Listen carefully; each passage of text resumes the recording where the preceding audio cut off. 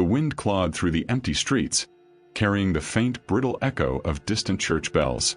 Snow crunched underfoot outside, though the town appeared deserted. Inside her small, warmly lit house, Emma's fingers trembled around a mug of lukewarm cocoa. The flames in the fireplace danced, but the room felt suddenly hollow, as if the warmth had been sucked out by the shadows themselves. A soft thump at the front door made her freeze. Thump, thump, like cautious footsteps pressed against wood. Her heart galloped. She told herself it was a stray animal, yet the wind outside had grown eerily still. On the porch lay a single, perfectly wrapped Christmas present, its paper gleaming under the pale moonlight. Frosted footprints led up to it, and ended abruptly. Emma's voice cracked as she whispered, "Who's there?" The candle flickered violently and went out. Darkness swallowed the room. She dared not move, yet the silence pressed in, suffocating. Then came the whisper, soft, cold, impossibly close. "Emma." Her breath caught. She stumbled backward, her hand hitting the table, sending the mug clattering to the floor. The fire sputtered back to life. The present remained on the porch, untouched, yet she could have sworn she'd seen movement inside the wrapping, like something was alive, waiting. And then a shadow flickered across the hallway behind her, and she realized she was not alone. Emma's hands were still shaking when she fumbled with the doorknob, half expecting it to twist of its own accord. The porch light cast a pale, trembling glow on the snow, and the present sat innocently, unnervingly still. She forced herself outside, every crunch of snow under her boots echoing like gunshots in the silent street. The package, small, perfectly wrapped, red paper with gold ribbon, was warm to the touch. Strange, she thought. The frost should have coated it entirely. She looked around. Nothing. No footprints leading away, no hint of who or what had left it. The wind picked up again, rattling the bare branches above her, carrying with it the faintest hint of a carol, warped and slow, like it had traveled miles to reach her ears. Emma shivered, hugging her coat tighter. Back inside, she set the present on the kitchen counter. The fire crackled, shadows stretching long across the walls, curling like fingers. Her phone buzzed. Unknown number. She stared at it, heart thudding. Hesitation won over instinct. She answered. Silence. Then a faint, distorted giggle, like a child laughing underwater. The line went dead. Emma sank into the chair, rubbing her temples. "I'm imagining things," she muttered, but her voice sounded foreign in the empty room. Even as she tried to rationalize, the unease coiled tighter in her chest. Something was off. The air smelled faintly of pine, Christmas pine, but sweeter, cloying, almost rotten beneath the surface. Her thoughts drifted to last year. Her parents had passed just before Christmas, leaving her alone in the old house. She had returned home for the first time since, hoping the familiar scent of pine and cinnamon could soothe her grief. Instead, the house felt heavier, smaller somehow, as if it had contracted during her absence. Every creak of the floorboards, every gust of wind rattling the windows, seemed amplified, charged with intent. A knock at the window made her flinch. Slowly, cautiously, she approached. Nothing. Only her reflection stared back, pale, wide-eyed and unsteady. But when she turned, she caught the flicker of movement at the edge of the hallway. A shadow too quick to be human, too precise to be wind. Emma's phone buzzed again. Another unknown number. She ignored it, focusing on the present. She hesitated, then tore off the ribbon.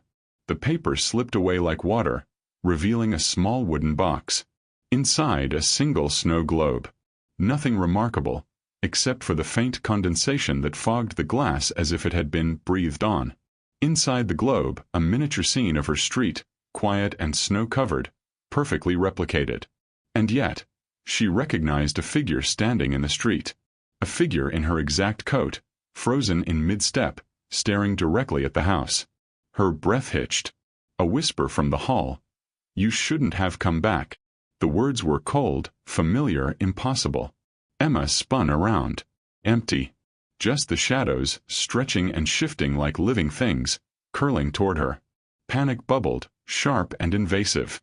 She stumbled backward, knocking over the chair.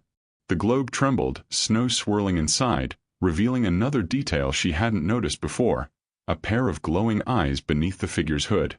Her mind raced. Could it be a prank? Neighbors? Strangers? But no one was around. Her phone buzzed again. This time, the screen flashed a single message. "We're waiting for you." Emma sank to the floor, chest tight. Outside, the snow fell heavier now, muffling every sound, turning the familiar street into something alien. She pressed her back against the wall, heart hammering, thoughts spinning. Memories of Christmases past, of laughter and warmth, seemed distant, replaced by shadows and whispers, by inevitability she couldn't shake. The air felt alive, watching, waiting. Then came the faintest scraping sound behind her, like fingernails across wood. Emma froze. The shadows in the corner of the room thickened, bending toward her. And in that silence, heavier than any scream, she realized the truth. Whatever had left the gift, whatever had been watching her, it wasn't done. The shadows did not retreat when Emma's candle flickered. They lingered, stretching along the walls, bending at impossible angles, as if curious about her, assessing her. The snow globe sat on the counter, its miniature street scene eerily alive. The tiny figure in the hood shifted, one small step forward, though she hadn't moved it. A shiver ran down her spine. She tried to convince herself it was imagination, grief blending with exhaustion. But the whispers, soft, cold, almost sibilant, had grown in frequency. She hadn't spoken aloud in hours, yet the voice kept repeating, "You shouldn't have come back." Each time it seemed closer, threaded into the corners of her hearing. Emma sank to the floor, wrapping her arms around her knees. The house creaked, a low groan as though settling, but it was too deliberate, too knowing. She remembered her grandmother's warnings. They always come at Christmas, when the house is quiet and the world is still.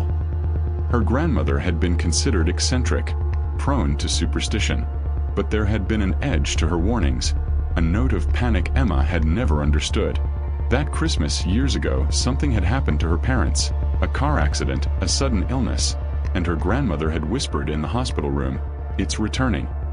At the time, Emma had ignored it, thinking grief had distorted her senses. But now, that phrase echoed with new meaning. Emma rose cautiously, picking up the snow globe. The tiny figure in the hood was closer now, pressed against the window of the miniature house. She stumbled back, nearly dropping it. A soft rapping sounded on the glass window behind her. Not the front door this time, this was inside, closer. Her pulse hammered in her ears. She remembered the old town stories her grandmother used to tell. Tales of travelers gone missing on Christmas Eve, strange figures glimpsed in windows, and gifts left with notes that vanished by morning. Legends, she had thought. Folklore. Until tonight. A soft knock at the hallway door made her jump. She dared not answer. The knock came again, slow, deliberate, like someone testing her fear. When she finally turned, the hallway appeared empty, but the shadows shifted unnaturally, curling against the walls. The air smelled faintly of burning pine, but underneath it, decay. Her phone buzzed again. Unknown number. She picked it up, hands trembling. This time a voice, choked, trembling, spoke through the speaker. "They see you. They know you're alone." The line went dead. Emma's mind raced. She remembered the letters she had discovered in her grandmother's attic, yellowed with age, brittle with time. They had been addressed to no one in particular, warnings about the house during the holiday season, signed with a single initial, M. One letter described a child who had vanished on Christmas Eve, footprints leading into the snow, and nothing more. Another told of ornaments that moved of their own accord, whispers from unseen visitors, and figures glimpsed in mirrors that weren't reflections. She had dismissed the letters then, as a child or a teenager. But now the words seemed alive, breathing through the walls. Emma's pulse pounded as her gaze fell again on the snow globe. The figure's eyes glowed faintly, red against the white snow. She swallowed hard. Something was watching her. Something that had waited. For years. The night deepened. Emma tried to move, to leave the living room, but the hallway stretched before her, longer than memory allowed. Doors she was certain had been closed appeared ajar, revealing darkness inside. She could hear the faintest of creaks, the brushing of movement in the shadows. Whispers threaded together, repeating her name, repeating fragments of sentences she could not place. The gift. The gift. You opened it. She ran upstairs, pressing herself against the walls, feeling the cold plaster bite into her fingers. Memories of last Christmas flooded her mind. Her parents laughing around the tree, her grandmother watching with an uneasy smile. And then, sudden silence. The next moment, tragedy. Alone in the hospital room, her grandmother whispering, "It waits for the same family, year after year." A sudden crash from the living room pulled her gaze downward. The snow globe had fallen from the counter. The miniature figure was standing in the center of the street, arms raised, facing her. Emma stumbled back, tripping over the rug. When she looked again, the figure's hooded head turned slowly toward her, and inside the glass, the eyes glowed brighter, unervingly alive. She ran to the window. The street was empty, snow falling in heavy, muffling flakes. Footprints appeared in the snow, but not hers. They began at the edge of the yard, crossed the street, and led up to the house. And yet, no one was there. Her breath fogged the glass as she pressed her forehead against it. Heart hammering. The whispers grew louder, almost urgent. She could hear voices in the walls, in the floorboards. You opened it. You shouldn't be here. It's waiting. Her thoughts spun. Was she losing her mind? Grief, isolation, exhaustion. But the tiny details gnawed at her sanity. The ornaments on the tree, tilting slightly though no wind passed through the closed house, the subtle scraping on the stairs, the faint shadow that had passed across the hall behind her, always just at the corner of her vision. Emma remembered another letter from her grandmother, older, frayed at the edges. It spoke of a family curse, something tied to the house and the Christmas season, a malevolent force feeding on joy and life, waiting for the same family line to return, year after year. Every warning ended with the same chilling sentence: never open gifts you did not place yourself. The box, the snow globe, the footprints, they had all arrived for her. And now, she realized, the warnings were not for the past. They were for her. She ran back downstairs, desperate to leave, but the door would not open. She tugged at the handle, banging against it. Snow fell heavier outside, piling against the front steps, as though nature itself conspired to trap her. She turned back toward the living room and froze. The shadow in the hallway had grown. No longer subtle, it stretched toward her in jagged angles, darker than darkness itself, pulsing as if alive. The candle she had lit trembled in the air, flickering weakly. And then she heard it clearly. A voice, not a whisper this time, but cold, deliberate, speaking from everywhere at once. You can't leave. Not until it's ready. Emma stumbled backward, tripping over the rug again, her mind splitting between rationality and fear. She pressed her palms to her eyes, trying to block it out. When she opened them, the living room was subtly different. The tree taller, ornaments rearranged, the snow globe now perched atop the fireplace mantel.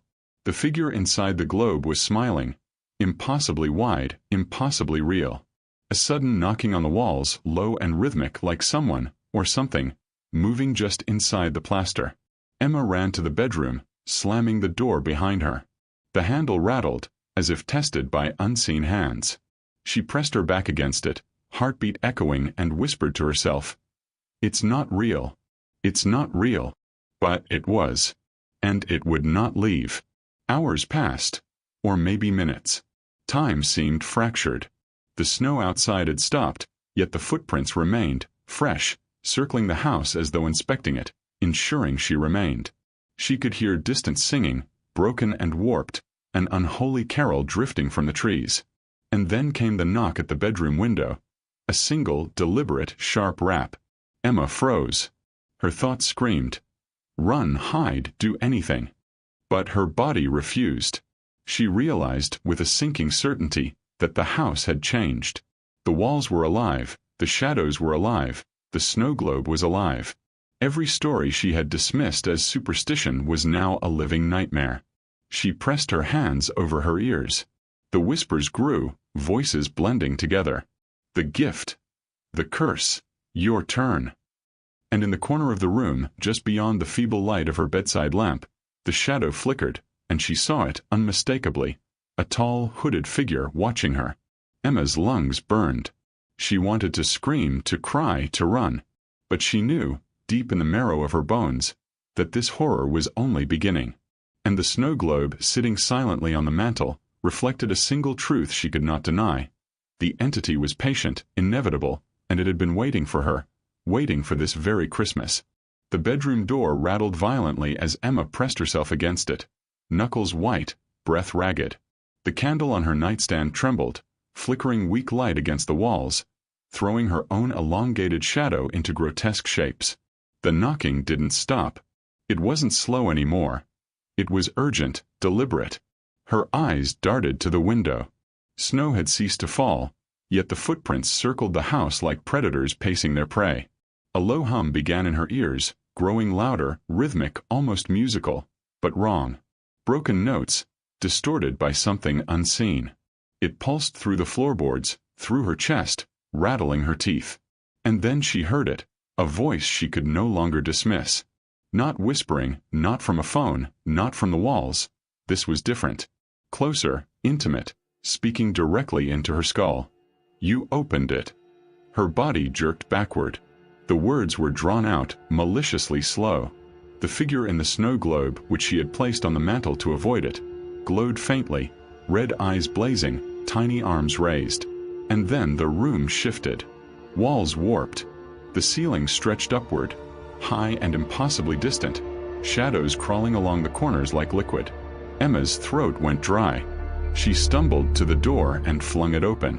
Hallways stretched before her, longer, darker than memory allowed. The wallpaper peeled away in strange shapes, curling like fingers toward her. Footsteps echoed behind her. She didn't dare look. The scraping, soft at first, became sharp, claw-like, following her, guiding her deeper into the house. "Stop, leave me alone," she screamed, voice cracking. No response. Only the hum, the scratching, the whispering chorus.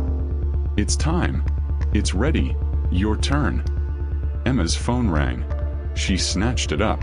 Caller ID, unknown. She answered, trembling. "You can't leave. You never can." The line went dead. Her vision blurred. Time fractured. Rooms repeated themselves in impossible loops. Hallways folding into themselves. The Christmas tree she had decorated weeks ago grew taller. Branches scraping the ceiling. Ornaments tilted, shifted, some hanging upside down. A pale glow emanated from the fireplace, though the fire had long died, and the snow globe levitated above the mantel. The figure inside now moved freely, reaching for her. Emma stumbled backward. What do you want from me?" Her voice was small, swallowed by the house itself. The shadows in the corner of the room condensed into shape. Tall, hooded, impossibly still at first, but then stretching, bending, leaning toward her. A hand reached out, long, pale, fingertips curling like claws. And the whispers became voices, dozens of them overlapping. "Your turn. You belong here. We've waited." She ran. Stairs twisted before her, stretching upward impossibly. She could hear someone, something, descending from above, slow, deliberate steps, each one heavier than the last. The snow globe floated ahead of her, glowing brighter, reflecting not her face, but her parents', her grandmother's, distorted and hollow. They smiled impossibly wide. A door slammed behind her. She turned. The hallway had vanished. Ahead, a long corridor of mirrors. Each reflection showed her, but wrong. Eyes blackened, mouth stretched in silent scream, hands pressed against the glass as if trapped. She stumbled into one, and the glass shattered. Not with sound, but with a twisting, echoing resonance inside her skull. "It's time," the entity said again. Emma's hands clawed at the air, at walls that seemed to melt and breathe. She tripped over the rug, falling onto the cold wooden floor. Shadows surged around her, thickening, pulsing, whispering. She could see the snow globe now, on the ceiling, on the floor, floating beside her head. Constantly moving, always just out of reach. The miniature figure had grown to human size inside its glass prison, now stepping toward her. "Stop!" she screamed. "Please." A whisper, cold and intimate. "You can't stop it. We never let go." Emma's mind began to fracture. Reality warped. The clock spun wildly. The walls breathed, ornaments shattered without force. She could hear footsteps above, behind, everywhere, yet see no one. The room was both her own and utterly alien. She tried to scream again, but only a strangled gurgle came out. The figure in the snow globe, it had emerged. Hood pulled back, face pale, impossibly thin, eyes glowing crimson. Its smile stretched wider than any human mouth could manage. It reached for her. Emma fell backwards, scrambling. The hallway behind her stretched infinitely, doors opening and closing themselves, each revealing visions of horrors past. A child disappearing in the snow, a family screaming silently, ornaments shattering with no one near. The entity's whisper threaded through them all. "Your turn! Your turn! Your turn!" She bolted for the stairs, collapsing halfway. Each step became an effort, her legs dragging as if through mud. The ceiling above bent downward. The walls curved inward. Snow fell inside the house now, tiny flakes drifting up before dissolving into shadow. The candle on the nightstand exploded in a shower of sparks, leaving the room dark, save for the snow globe, now hovering in midair, glowing like a heart of fire. The figure stepped out, fully corporeal, hood down. Face impossibly pale, eyes fixed on her. Emma screamed, lunging past it. The figure mirrored her, moving faster than thought. She ran blindly through corridors that twisted endlessly, rooms she had never seen appearing in impossible succession. Each room contained remnants of Christmas. Decorations twisted, trees dying, gifts torn open and empty. The whispers grew louder, merging into a cacophony that pierced her skull. "We've waited. We've waited. We've waited." She stumbled into the living room. The front door loomed ahead, impossible in size, stretching toward the ceiling. She ran toward it, hands fumbling at the handle. The door shuddered, resisted, then swung open slowly. Outside, the snow was gone. The street stretched endlessly, shadows moving just beneath the surface, figures pacing in silent anticipation. The entity was behind her now, breath cold against her neck.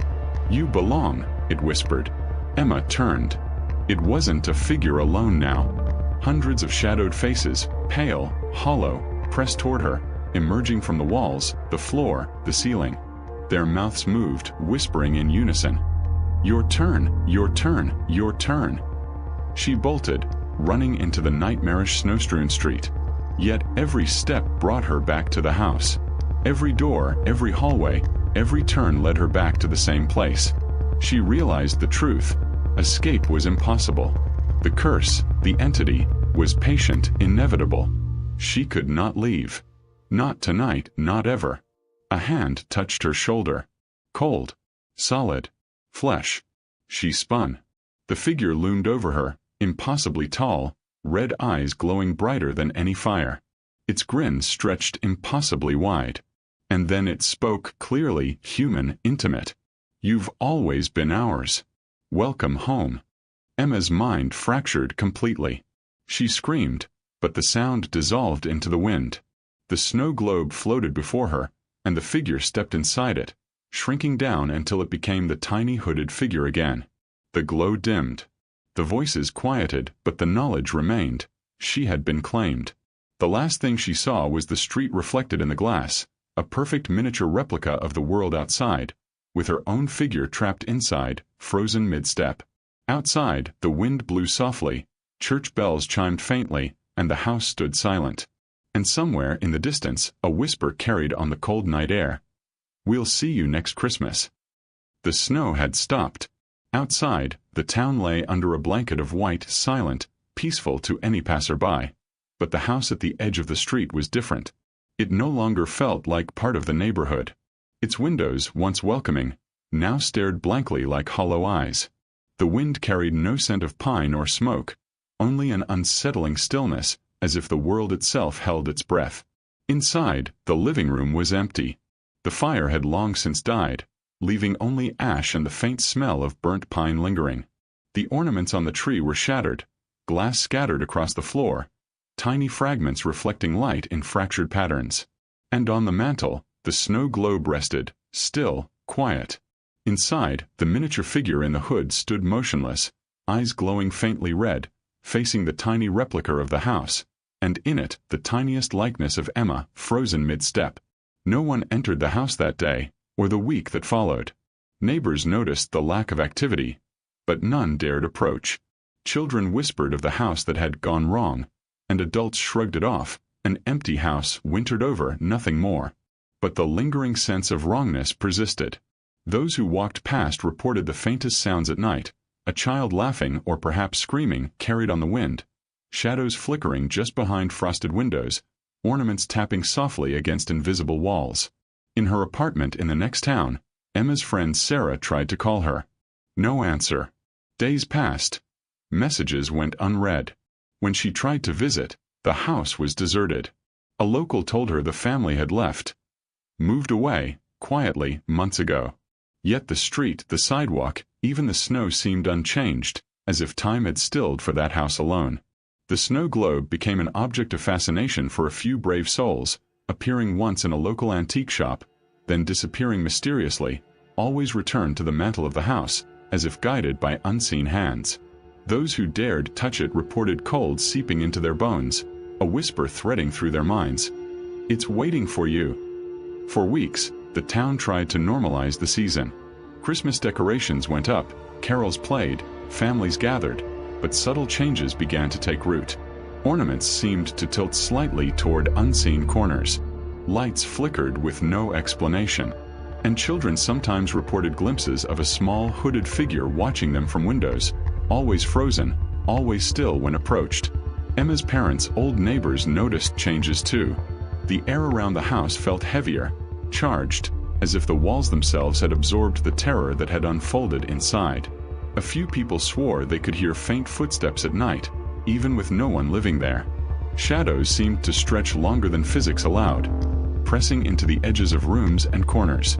Those who entered reported sudden dizziness, cold seeping into their marrow, and the pervasive feeling that something unseen was observing, waiting. Back inside the house, time seemed fractured. Days, nights, hours, and minutes blended, irrelevant in the warp space. Emma's consciousness lingered in fragments, trapped within the snow globe.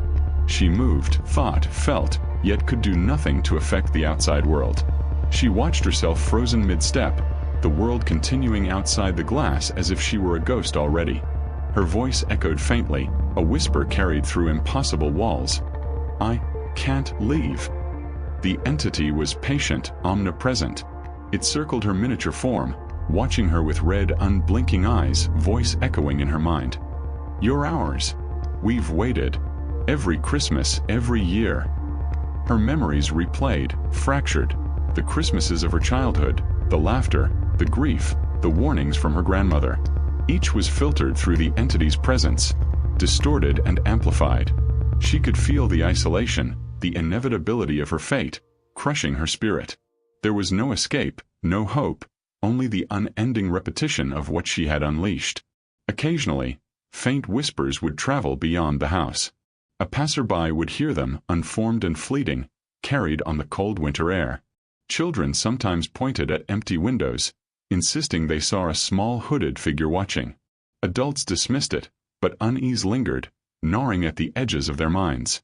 The house became a quiet, living legend, a warning unspoken, a presence felt, but unseen by those who did not dare to look too closely. The town attempted to move on, to celebrate Christmas with cheer, but the memory of that house and its quiet terror lingered in the background. Every year, as snow began to fall and lights flickered on in windows, a subtle, unshakable dread settled over the community. For some, the snow globe would appear unexpectedly, a gift in the mail, a forgotten package on a doorstep, always with a note that vanished when read.